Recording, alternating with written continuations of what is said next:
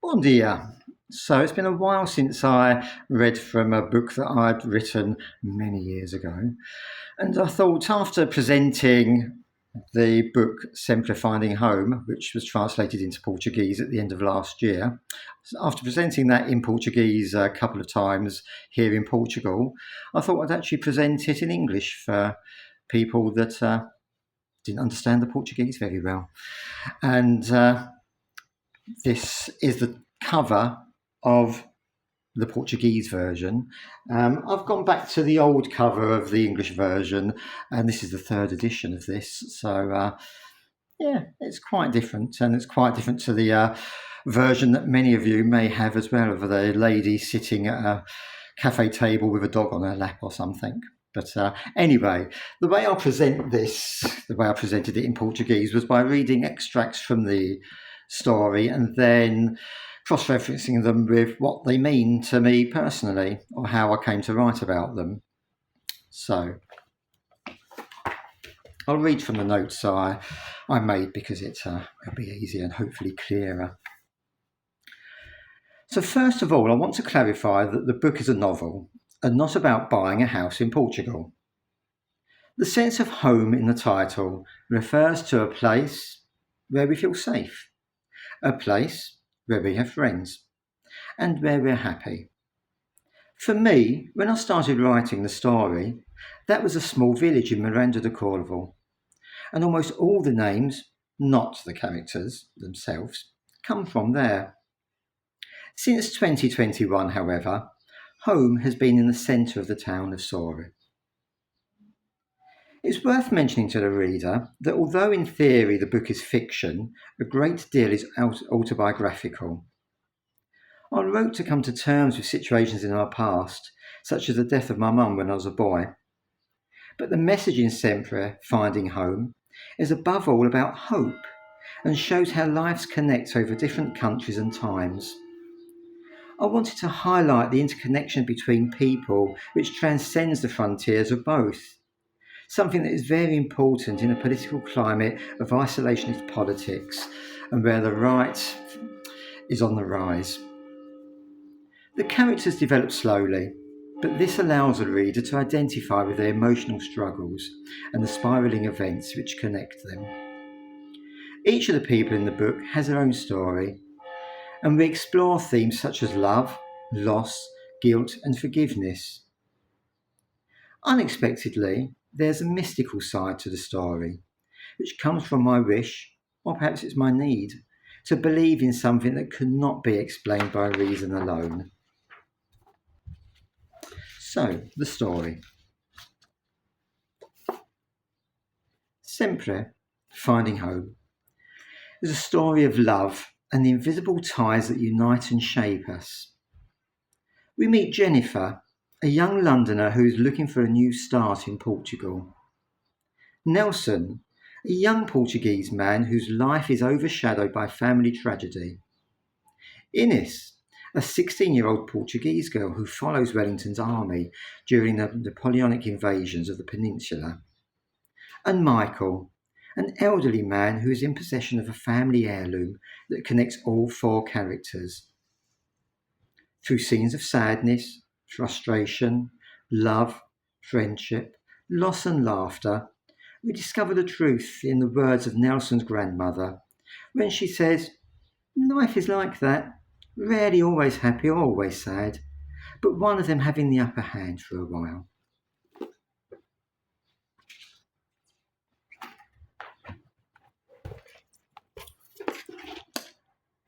From England to Portugal.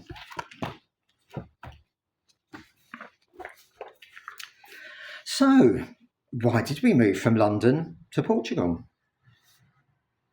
It may sound strange, but the reason Portugal became home was because neither Stephen nor I knew anything about it. 5 months after meeting, following a holiday on which we had sat in a charming Spanish town enjoying the sunshine and relaxed pace of life, we spoke about emigrating from England to enjoy a better quality of life for ourselves. I had a history with France, Greece and Italy, Stephen with Spain, but we wanted a neutral country, where our past would not intrude, therefore giving our very new relationship the best possible chance of success. As we discovered facts about Portugal, from the warm seas of the Algarve to snowy ski resorts, not to mention its great history, we became enchanted by the place, and in time by the people too.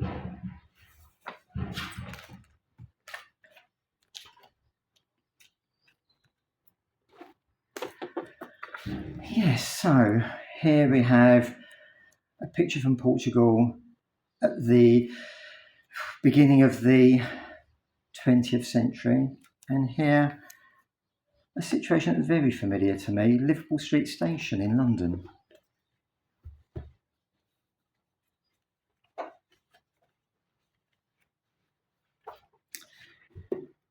Okay, so I'll start by reading out some phrases from the book regarding these two different times and locations. We were going to England. It was 1917 and the world was at war. Portugal had only just entered the conflict, but negotiating neutrality during the previous years had still demanded a price. "Why can't we go to Brazil?" questioned Rosa. "It's too late. They've joined America and Argentina in almost completely closing their borders." In Portugal, the war had led to wide-scale unemployment, but by contrast, the same conflict had created labour shortages in other countries. In France, the politicians had agreed to a protocol which protected the rights of much-needed immigrant workers. When Horatio did not respond, Rosa asked her husband, "Why England?" The question coming automatically rather than from any real resistance to the change of plans. Like many in Portugal, she was as disillusioned with the uncertain, short-lived government of their new republic as she was with the low wages for those lucky enough to find work. "They want loggers and men to help build and maintain the railways. It will be safer for us."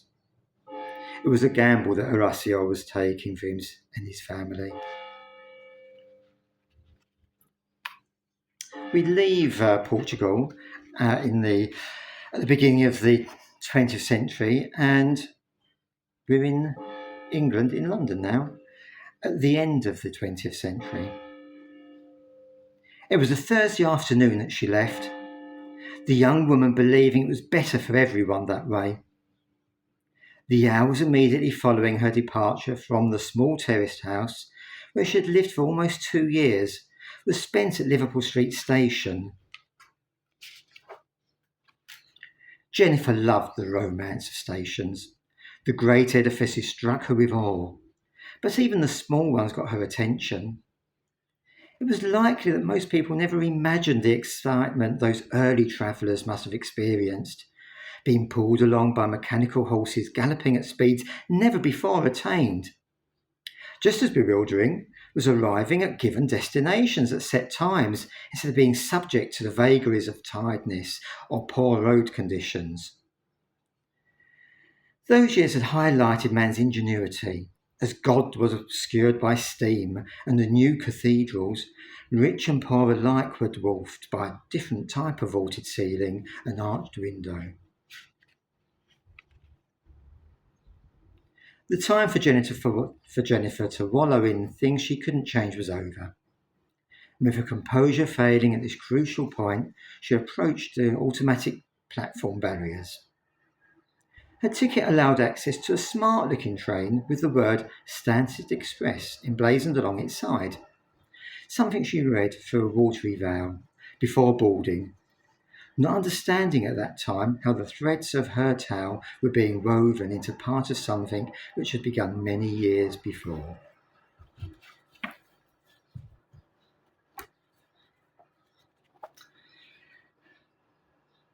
I don't think I'm lying when I say that foreigners, especially immigrants, see a country differently to the native population. A great inspiration for writing Sempre was to share with friends and family the many things I've learnt and come to love about Portugal. Of course, There's a lot to tell, and so I needed a story which covered many years. But how was I to get from the Napoleonic era to the Euro 2004 football championship? A person couldn't cover this period, but an object, yes. Starting the story in the middle of these years seemed to me the best way to tell it. Yet to use my own experiences of both living in London and living in Portugal, I needed to reach the 21st century as soon as possible. The past is then returned to through the experience of my characters. People who lived through the French invasions, the world wars, dictatorship, and natural disasters. All these events weaving an interesting tapestry. The reason I used Liverpool Street Station in London was because I passed through there over a 15-year period for both work and pleasure, and it also forms a connection with the character of Horacio, who emigrates from Portugal at the beginning of the story to work on railways.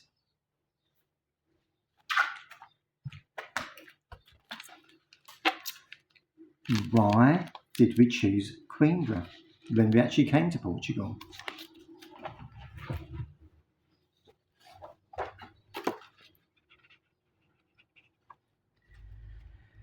It's difficult to describe Coimbra, she told Susan one sunny November afternoon as she and Cashew sat in the city's botanical gardens.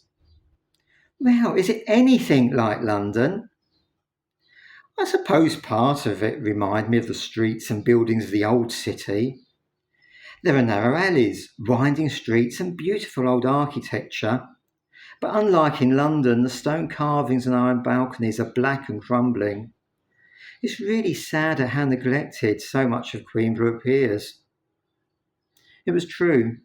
The Portuguese city showed few outward signs of wealth, and neglect had certainly seemed the most appropriate word to describe it.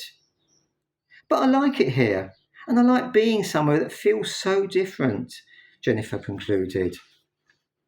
Different in which way? Well, for one thing, the high streets have none of the shops I'm used to seeing.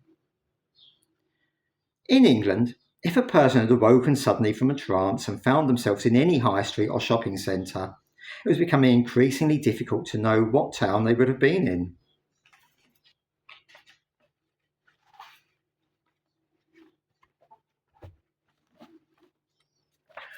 I loved London, but Stephen was fed up with living in the city. After deciding on a move to Portugal, we bought a guidebook, and as we read about different regions, we drew smiley faces next to the cities and towns we liked the look of and the sound of. I had imagined that a small city would make Stephen happy, while he had believed that a town near a city would please me. In the end, it was a small village that we moved to, the deciding factor being price.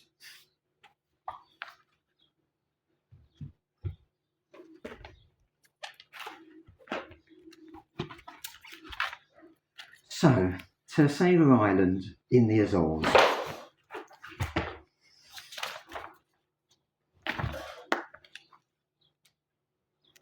Right, so another passage from the book.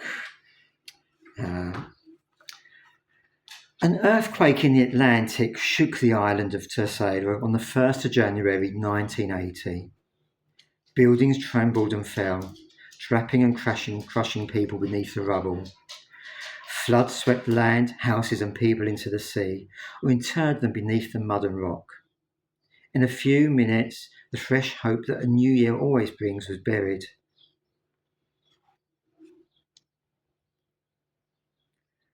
The strong arms and comforting words of grandparents helped soften Nelson and Beatrice's loss. And for Maria and Manel, who had lost a daughter, caring for the next generation forced them to carry on and believe that everything would resolve in some way. Time brought things that neither the older or the younger generations had expected. The different dynamics in their lives changed the people they might have been and the paths they had been travelling when the family's world had been so abruptly turned upside down. The man and woman who had been both parents and children, siblings, aunt and uncle, were greatly missed, but the thoughts of what might have been if they had not died came less frequently with the passing of time. As the family regained its happiness and security, it learnt to embrace the opportunities and the people who remained, counting their blessings.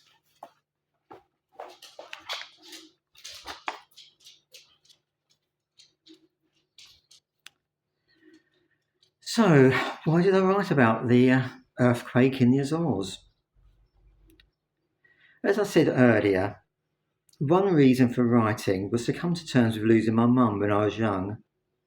Yet I didn't have an unhappy childhood, and as adults, I and my sisters and brothers have had very happy lives.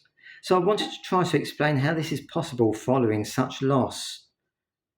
Doing this through the events in the life of one of my characters required a situation in which the change was sudden, without warning, and it was after doing a little research online that I discovered the earthquake in the Azores, an event that fitted perfectly the timescale of my story.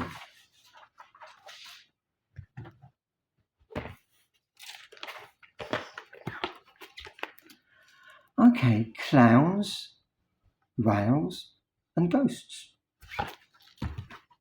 What have these got to do with anything? Well, we shall find out.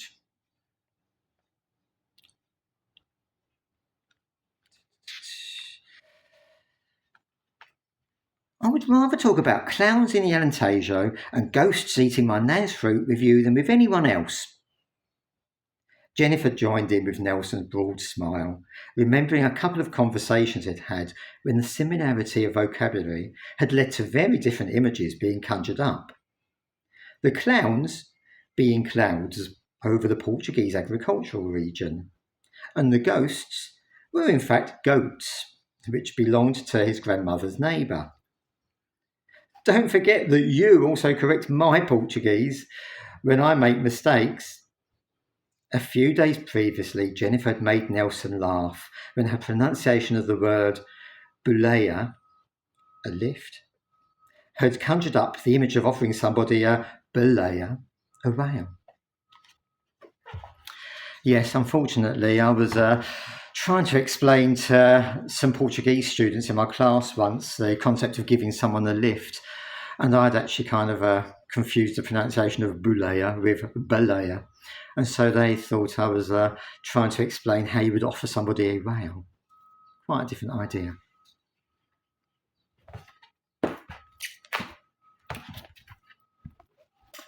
But on to something more serious. The dictatorship.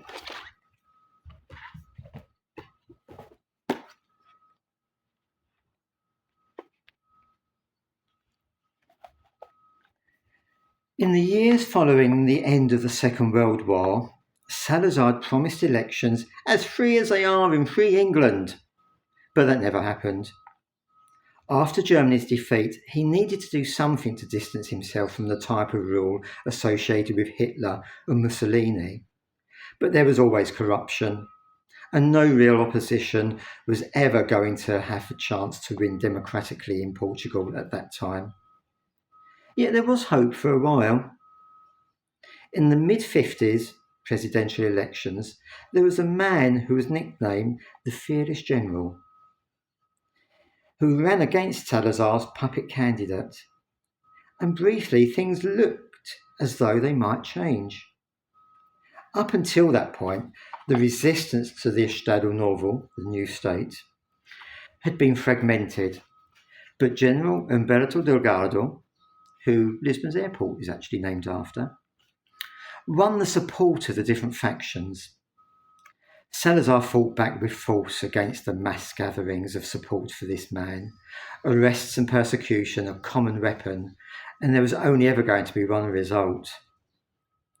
In the years that followed, there was even less freedom and more suspicion as the regime tightened its grip. There were men from around the country who were arrested and imprisoned because they had said something to the wrong person, or else they were just an unlucky random target of the PIDE, Salazar's police force.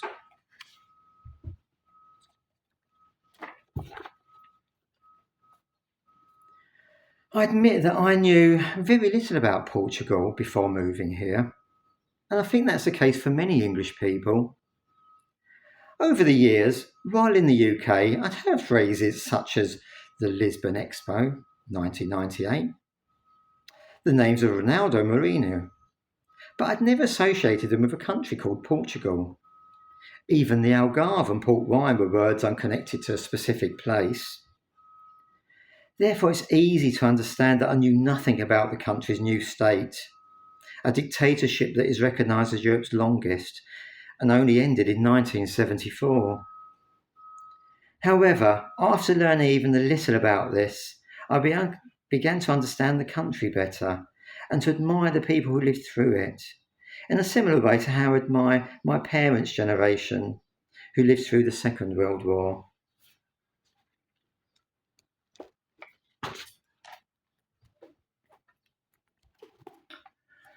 Connecting generations.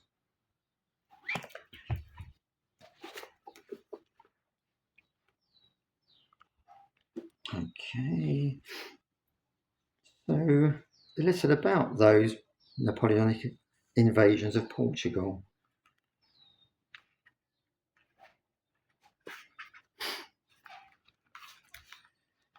People from farming communities, such as Nogueira, travelled little and were unlikely even to visit the nearby city of Coimbra, which was only around 30 kilometres away. So a foreign country was for them of less concern than the moon, the cycles of which at least gave them a timetable for planting and harvesting. Then, one winter's day, the French have taken Lisbon. Henrique the blacksmith was in the scorching environment of the forge when his neighbour Joan burst through the door. In summer, the smithy was an oppressive place to be, but on a cold morning on the 2nd day of December, the heat was welcome, and his wife, daughter, and apprentice were with Henrique. "I've already heard that the king is sailing to Brazil, so who was going to stop them?" replied Henrique, his pragmatism showing through. The question was not one which needed an answer, as it was not only the king who was making his way to South America, but the entire royal court, the government, and a significant part of the aristocracy. Adding further to Portugal's vulnerability was the absence of the country's navy, which was escorting the government to its overseas kingdom.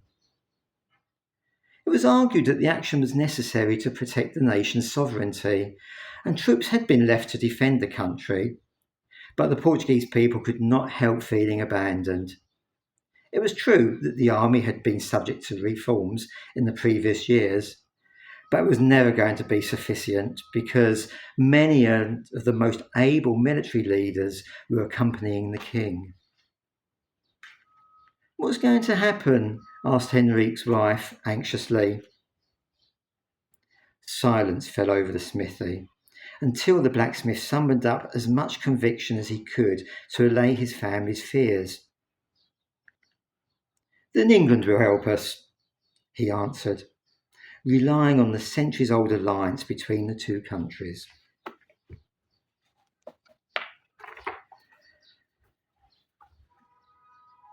The diplomatic alliance between Portugal and Britain is considered the oldest in the world. Being English, I knew a little about the Napoleonic Wars, specifically about the battles of Trafalgar and Waterloo. I knew the names of Lord Nelson and the Duke of Wellington. But it's only since living in Portugal that I became aware of how the common names here of Nelson and Arturo. The Duke of Wellington's name was Arthur Wellesley, a living proof of that alliance. This part of the story comes near the end of the book, but explains how a young Portuguese girl who follows Wellington's army is connected with Horacio and his family at the beginning of the 20th century, and with Jennifer as the 21st century dawns. Living in Miranda de Corvo, I discovered that the town, along with many in the country, Saw included, suffered at the hands of the French invaders, and it's for this reason that I wanted to write about it, forcing me to do a little research and understand my home country a little better. The fact that I came across doing this research about Miranda de Cordoba alone was this. 44,000 of Napoleon's troops converged on Miranda de Cordoba, and after the violations, the town was torched on the 14th to the 15th of March, 1811.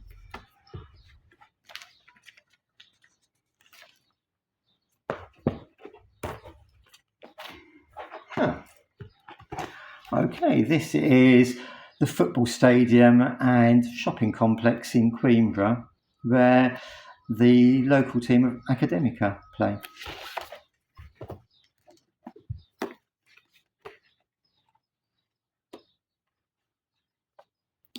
Okay.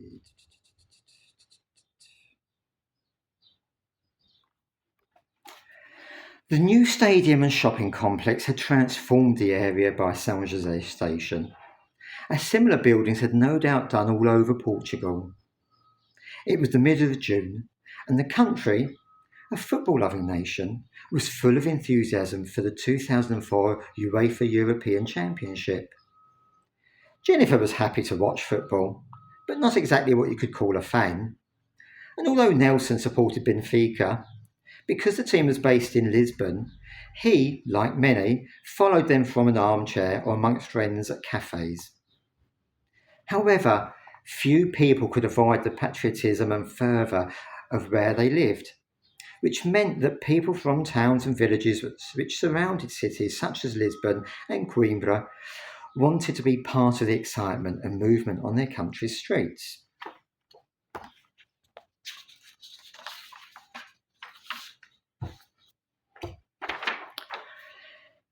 Even if England is a football-mad nation, it seems to me that Portugal is even crazier for the game. I believe that the stadiums which were constructed for the Euro 2004 Championship show how a country perfectly embraces its past in a changing world. Football and shopping, what a great combination! But it's also the international event that gave me the opportunity in my story to set up a meeting between our main protagonist, Jennifer, and her ex. This presents both parties the chance to forgive each other and themselves.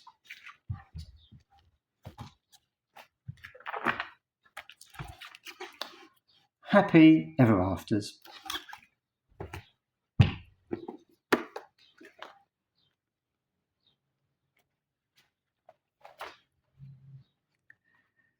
I hated myself for the way I treated you. I loved you, Matt, but I wasn't in love with you. It sounds so cliched, but that's why I couldn't talk to you, even though you were my best friend.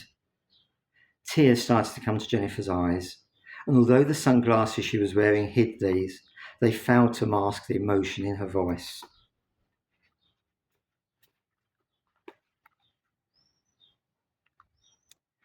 During the slow meander the man and woman took through the twisting streets of Coimbra's old town, the shadow of a secret that had stalked them these last years was lost. And in its place, stepping with tentative footsteps from the crumbling doorways of derelict shops, an old friendship called them up.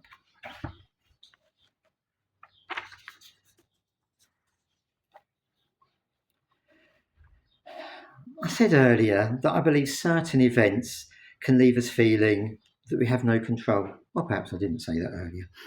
But I believe anyway that certain events can leave us feeling that we have no control over the direction our lives are going. Even so, there are decisions that we consciously make and then we wish that we'd never made them. Yet we can learn from our mistakes, and we need to learn to forgive not only other people but also ourselves. I need to believe in happy ever afters, and so, in Sempre, finding home. After the losses and the guilt, it is love and kindness which are the champions.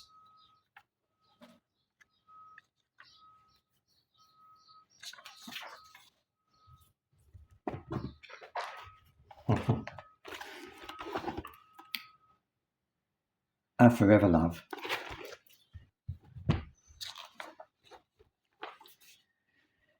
One character I haven't mentioned yet is a dog. But anyone who knows me will not be the least surprised to learn there is a four-legged friend who has an important role in this story.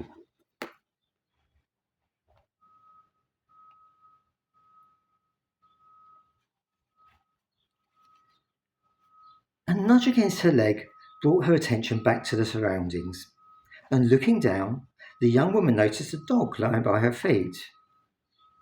The animal could not have been more than a couple of months old, and when she spoke to it, asking the puppy where it had come from, the response she received was an excited wag of a short, curled-up tail.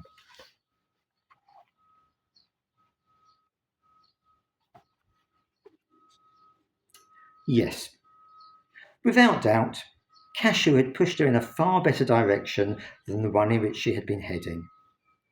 And they would make a good pair, she and the dog, however odd.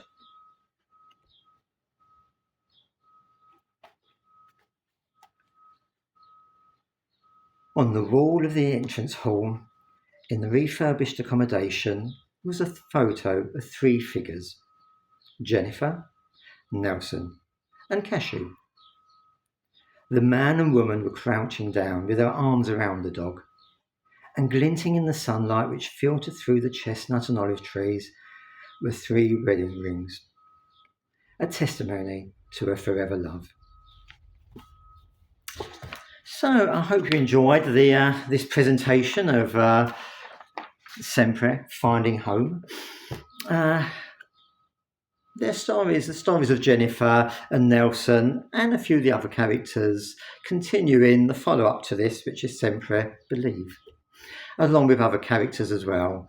And I mentioned earlier that I admire my parents' generation and the world, for the way they lived through the horrors and hardships of the Second World War.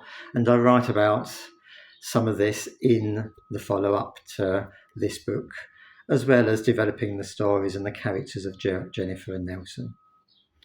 Okay, until the next time, a te prossima.